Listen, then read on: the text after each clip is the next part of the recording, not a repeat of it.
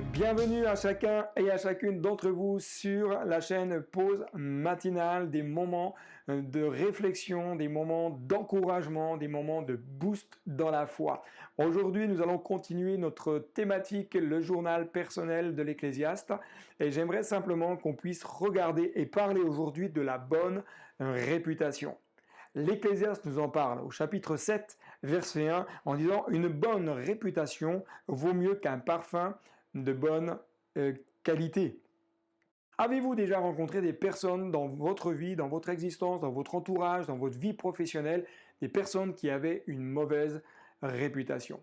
Pour ces personnes-là, il est alors très difficile de démontrer que ce que l'on pense d'elles ou ce que l'on pense de ce qu'elles font ou ne font pas est faux. Pourquoi? Parce que tout un message a été véhiculé qui, quelque part, leur colle une étiquette de mauvaise réputation.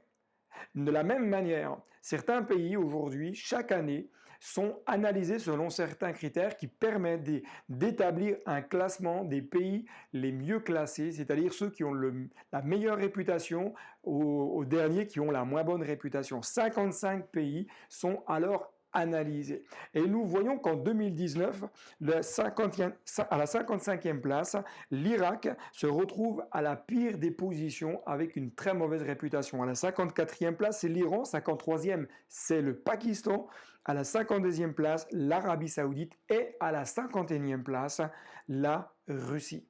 La France, quant à elle, en 2019, a été classée à la 21e place, juste avant la Grèce et juste après la République tchèque. Chaque année, la même analyse est refaite selon certains critères qui sont établis que je ne m'étendrai pas dessus parce que c'est quand même assez, je pense, compliqué. Mais cela m'amène à souligner que dans notre vie de foi, dans notre vie d'enfant de Dieu, dans notre vie d'enfant de chrétien, nous devons être vigilants à la manière dont nous vivons, la manière dont nous nous comportons, afin d'avoir une bonne réputation envers ceux qui sont autour de nous, d'avoir un bon témoignage et non pas un contre-témoignage. Le livre des Proverbes nous dit au chapitre 22, verset 1, « La réputation est préférable à de grandes richesses et la grâce vaut mieux que l'argent et l'or. » La réputation vaut mieux et préférable à de grandes richesses. Avoir une bonne réputation n'a pas de prix. Avoir une bonne réputation vaut mieux que l'or et l'argent, nous dit le livre des Proverbes. Alors j'aimerais simplement aborder avec vous cette question, quelle devrait être, selon vous, la réputation d'un croyant, d'un disciple de Jésus, de quelqu'un qui dit avoir la foi? Quelle devrait être sa réputation? Quel parfum devrait-elle véhiculer autour d'elle? Je crois tout d'abord que chaque disciple de Jésus, que chaque enfant de Dieu, que chaque personne qui prétend croire en Dieu doit avoir un cœur plein d'amour. L'apôtre Paul nous dit au chapitre 12, verset 10, « Par amour fraternel, soyez pleins d'affection les uns pour les autres. Par honneur, usez de prévenance réciproque. » Par amour. L'amour, c'est ce qui va déclencher en nous de l'affection pour ceux qui nous entourent. L'amour de Dieu dans notre cœur pour ceux qui nous entourent va nous amener à user de prévenance. Apprenons à développer ce cœur. Apprenons à demander à Dieu de remplir notre vie de cet amour si grand, si puissant, afin d'user de prévenance pour tous ceux qui nous entourent. Deuxièmement, un disciple de Jésus doit avoir un cœur doux et paisible. C'est l'apôtre Pierre qui nous en parle au chapitre 3, versets 3 et 4. « Ayez non cette apparence extérieure qui consiste dans les cheveux tressés, les ornements d'or ou les habits qu'on revêt, mais la parure intérieure est cachée dans le cœur. La pureté incorruptible d'un esprit doux et paisible qui est d'un grand prix devant Dieu. » Pierre insiste bien sur le fait que ce n'est pas l'apparence qui est importante, mais le cœur. Ce n'est pas ce que l'on voit qui est important, mais c'est ce qu'il y a dans le cœur. On peut avoir les plus beaux ornements, on peut avoir la plus belle apparence. Si le cœur n'est pas transformé, l'apparence ne sert de rien.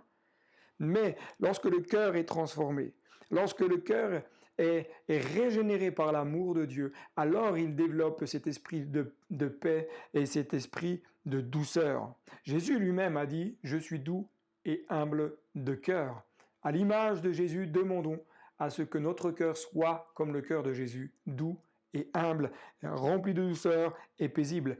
Un troisième aspect qui est important de développer dans notre cœur en tant que disciple, c'est un cœur qui va revêtir des qualités morales dans la foi. Pierre nous dit, chapitre 1, versets 5 à 7 de sa deuxième épître, « Pour cette raison même, faites tous vos efforts afin d'ajouter à votre foi la qualité morale. À la qualité morale, la connaissance, à la connaissance, la maîtrise de soi, à la maîtrise de soi, la persévérance, à la persévérance, la piété, à la piété, l'amitié fraternelle, à l'amitié fraternelle, l'amour. En effet, si ces qualités sont en vous et se développent, elles ne vous laissent pas inactifs ni stériles pour la connaissance de notre Seigneur Jésus-Christ. » Toutes sortes de qualités sont évoquées par l'apôtre Pierre ici, qui ne sont pas des qualités que pour les autres. Elles sont aussi pour vous, comme pour moi, des qualités qui vont nous amener dans une maturité, dans une croissance spirituelle et avoir un impact pour tous ceux et celles qui nous entourent. D'un cœur qui soit plein de connaissances, de maîtrise de soi, de persévérance dans la foi, de la piété, de l'amitié fraternelle, de l'amitié fraternelle à l'amour.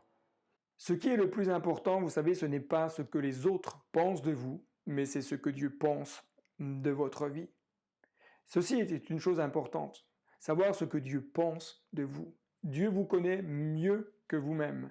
Dieu connaît tout de vous, tout de votre existence. Il connaît vos points forts, il connaît vos axes d'amélioration. Dieu sait ce qui est dur pour vous et là où vous êtes faible. Mais ce qui est important, c'est ce que lui pense de votre existence.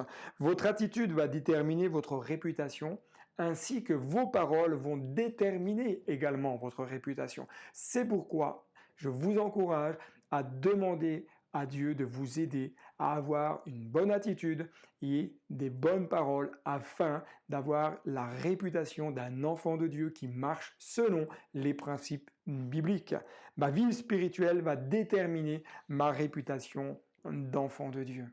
Vivez votre vie de foi à 2000%. Donnez-vous entièrement à Dieu et lui-même vous aidera dans votre quotidien. Que Dieu vous bénisse et je vous dis à très bientôt sur Pause Matinale.